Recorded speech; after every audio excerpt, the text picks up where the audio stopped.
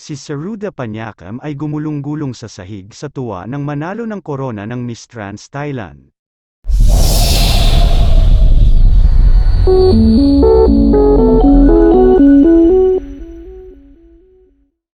Ipinagdiwang ni Saruda Panyakam, may edad 29, ang kanyang panalo sa kakaibang paraan, gumagapang sa sahig sa gitna ng tawanan at luha ng makoronahan bilang Miss Trans Thailand 2024.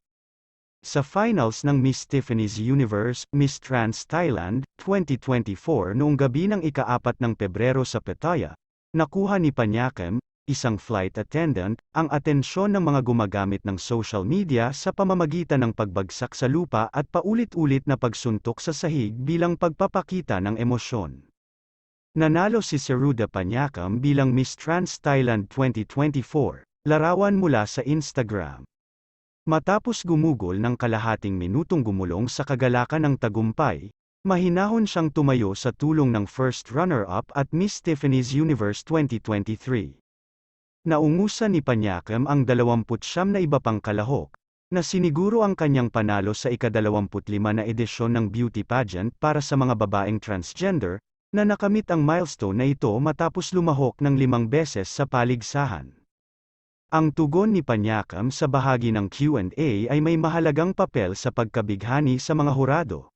5 taon na akong nakatayo dito, matatag sa pangako ko sa pangarap ko, she articulated.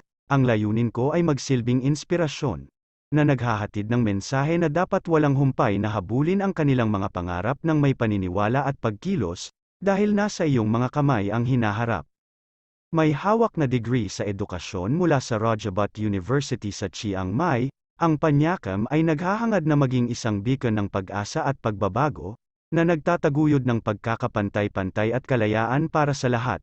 Sa lalong madaling panahon, dadalhin ni Saruda ang kanyang advokasya sa isang pandaigdigang yugto, na kumakatawan sa Thailand sa Miss International Queen, isa sa mga pinakaprestihiyosong internasyonal na kompetisyon para sa mga transgender na indibidwal.